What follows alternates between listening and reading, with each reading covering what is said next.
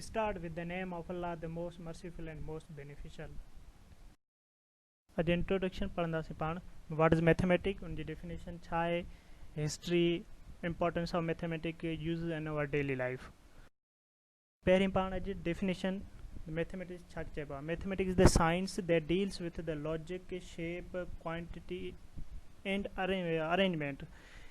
Math is around us in everything we do. It is building block for everything in our daily lives, including mobile device, architecture, ancient and modern art, money, engineering and even sports. Mathematics science की branch आहे that deals वो पाण खे in logic of shape, deals with the logic of shape. उहो पाण खे logic shape जी logic, उनजी quantity, arrangement कीअं कबी आहे. Math is around all around us. Mathematics सभई पंहिंजी वेझड़ाई में जेके पंहिंजे इर्द गिर्द जेके बि शयूं आहिनि सभु मैथमेटिक्स जे रिलेटेड आहिनि. इन एवरीथिंग वी डू, हर शइ जेका पाण कयूं था, it's building block everything in our daily life. माना उहो हर शइ जेको building block in our daily life. Introduction mobile device आहिनि, आर्किटेक्चर आहिनि जेके बिल्डिंग्स ठहंदियूं एंशियन या मॉडर्न, आर्ट आहे, मनी आहे, मनी पैसा मतिलबु जेके बैंकिंग वग़ैरह यूज़ वग़ैरह थींदा आहिनि, engineering, even sports. The word mathematic originated from the origin of a Greek word mathematica, which means learning. मतलब मैथमेटिक्स वर्ड ग्रीक ॿोली जो लफ़्ज़ आहे, जंहिंजी उन ग्रीक ॿोली में उनखे मैथमेटिका चइबो आहे. जंहिंजी माना आहे समथिंग लर्न, या पंहिंजो जेको पाण सिखूं उनखे मैथमेटिका चइबो आहे. Mathematics is the branch of science which deals with the numbers and their operations. Mathematic branch science जी ब्रांच आहे जेको नंबर्स एंड दियर ऑपरेशंस, जेके नंबर्स आहिनि ऐं उनजे ऑपरेशंस जे बारे में जे पढ़ण जो कुझु डील कंदी आहे. It involves calculation, computation, solving problem. उन खे कैलकुलेट कीअं कबो आहे, उनखे हल कीअं कबो आहे, उनजी कंप्यूटेशन आहे, या सॉल्विंग प्रॉब्लम खे सॉल्व या हल कीअं कबो आहे. It's dictionary meaning state that mathematics is the science number and space ऐं उनजे बारे नंबर्स जे बारे में पढ़ण खे. और mathematics is the science measurement, quantity and magnitude.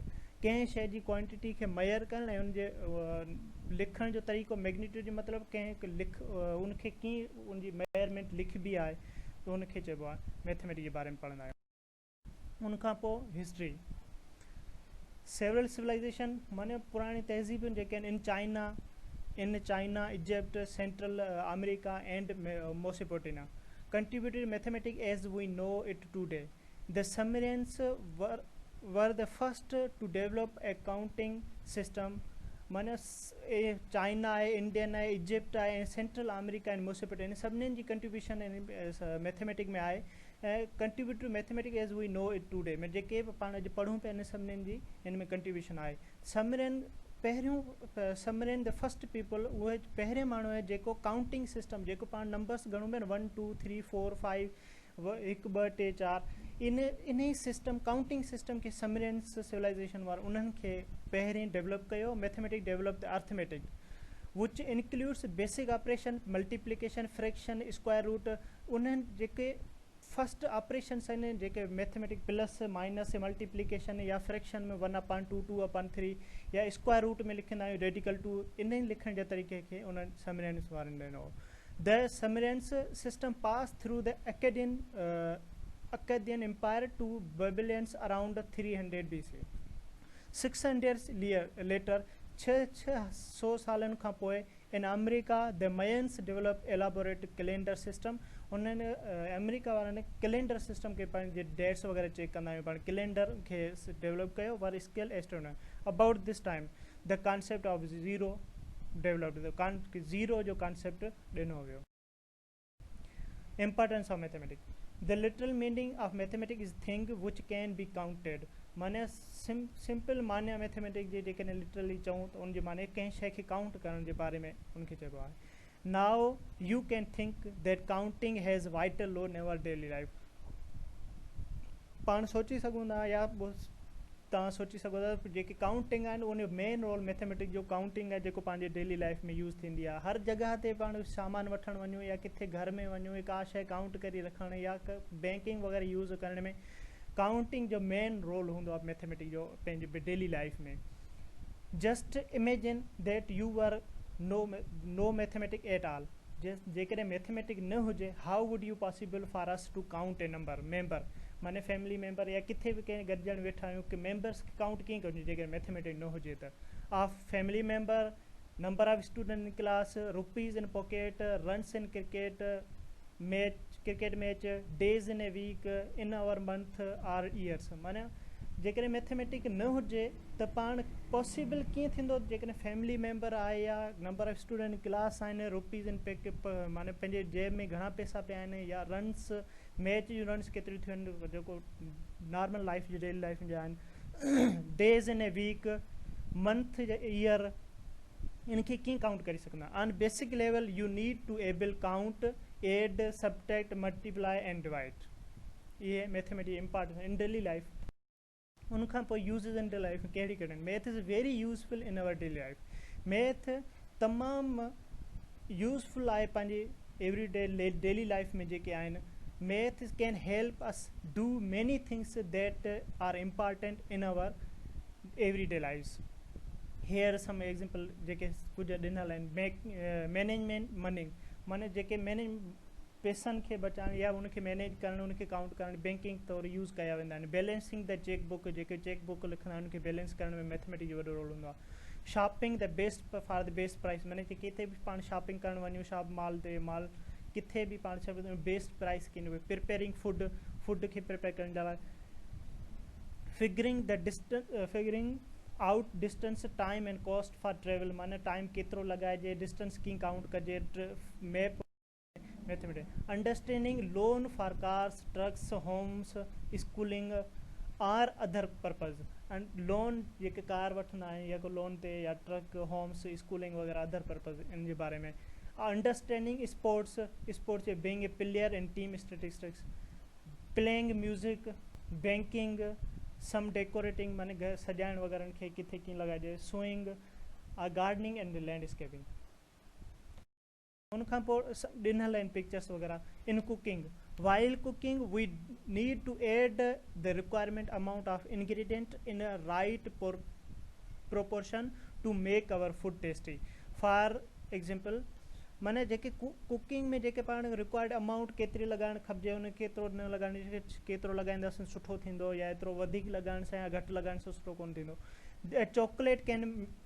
chocolate cake require 4 to 5 eggs, 2 cups sugar, some chocolate etc in right proportion. मतलब जेके चॉकलेट ठाहिण खपनि त उनखे उन जे बारे में 4 या 5 एग्स हुजनि, 2 cups of sugar, sum chocolate etc. जेकॾहिं क्वांटिटी ते 4 या 5 या 2 यूज़ थियूं आहिनि. जेकॾहिं इहो मैथमेटिक्स न हुजे त इहो काउंटिंग सिस्टम या कीअं पाण खणी अचूं आहे. इन जे बारे इन खे रखण जे लाइ इन कुकिंग में बेस्ट. उनखां पोइ gardening, while planting seeds we have to make rows and columns before planting them. Some we have to calculate area and field for sowing seeds. Means gardening में जेकॾहिं पाण उनखे रो में वण वग़ैरह पोखजनि या कॉलम प्लांटिंग या उनखे जेतिरो बि गार्डनिंग ठाहिणो आहे, गार्डन ठाहिणो आहे, पार्क वग़ैरह उनजी एरिया केतिरी एरिया में उन जे मेयरमेंट या उन जे रो wise column wise straight line में लॻा उन्हनि खे मेयरमेंट करण जे लाइ गार्डनिंग में मेन रोल हूंदो आहे. उनखां पोइ बैंकिंग. इन bank people deposit their money and land money from bank for any purpose. The interest is calculated on the basis of mathematical formulas. माने उन डिपोज़िट कैलकुलेटर डिपोज़िट थींदो आहे या calculate in their basis mathematic formula. The bank deposit their money and lend money from banks any purpose. With some knowledge of simple and compound interest, we can grow in our money. Statistics is a branch of mathematics which deals with the data interpreted to give valuable information about the output. माने जेतिरो केतिरो लॻाइण सां केतिरो उनखे show करण जे लाइ इन टाइम में एतिरो थियो, इन टाइम में एतिरो थियो. For example, the Survey India maintains the kind of statistics data including population, land area, literally rate etc. With the use of mathematics, we are able to calculate future trends of variable data and predict about the future. Area. In our today life, we have to calculate the area of any geometrical shape, like when we whitewash our buildings, purchase land for contribution purpose, etc. We want to calculate how much paints, wallpaper, flooring, carpeting or tile you have to buy for your project. You must know the area and wall floor. माने जेकॾहिं daily life में जेकॾहिं पाण कंहिंखे calculate area खे calculate माने उनजी एराज़ी केतिरी आहे, जगह केतिरी आहे, जियोमेट्रिकल शेप कहिड़े हिसाब सां आहे, कीअं आहे, ट्राइंगल आहे, स्क्वायर आहे, ट्राइंगुलर आहे, रेक्टेंगुलर आहे, इन्हीं खे वाइट वाश और बिल्डिंग के पर वाश करण जे लाइ या परचेज करण जे लाइ, लैंड फॉर कंट्रीब्यूशन के the purpose we want to calculate how much paint करण, जेकॾहिं पेंट करण जी केतिरी कॉस्ट लॻंदी या केतिरी एराज़ी पेंट करणी आहे, वॉलपेपर आहे, फ्लोरिंग आहे, कारपेटिंग आहे, टाइल वग़ैरह लॻाइण जे लाइ, इन्हनि जे हिसाब सां एरिया में यूज़ थींदी आहे। Art and fashion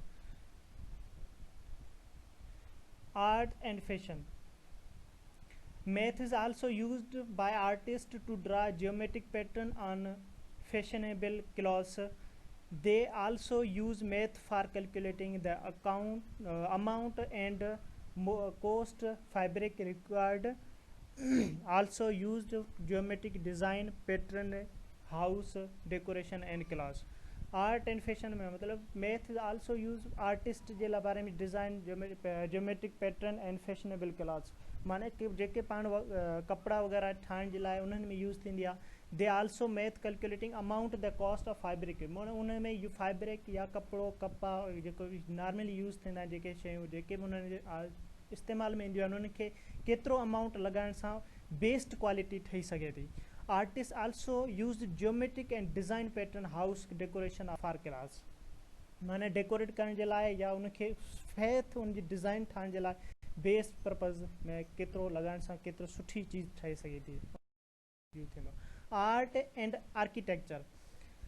architecture use math calculate the square footage of rooms and buildings, माने स्क्वायर फुटेज स्क्वायर में जेकी चीज़ूं आहिनि उन्हनि खे बेस्ट में बेस्ट स्क्वायर चीज़ें में कल required layout, floor space, dimension and calculate the required space for other areas such as parking, plumbing. The famous example of geometry in architecture is Eiffel Tower. The famous geometric shape in architecture is Eiffel Tower. The famous car company BMW logo is a fine example of geometry in art. माने जेको लोगो होंदो आहे BMW उन based geometry art आहे उन में। Conclusion: the use of mathematics in our daily life is infinite. माने बेहद घणी यूज़ आहे पंहिंजे मैथ जो इन डेली लाइफ में। The use of mathematics is unquestionable for every individual, being the queen for all science and king of all arts, offers a wonderful approach to success in our daily life.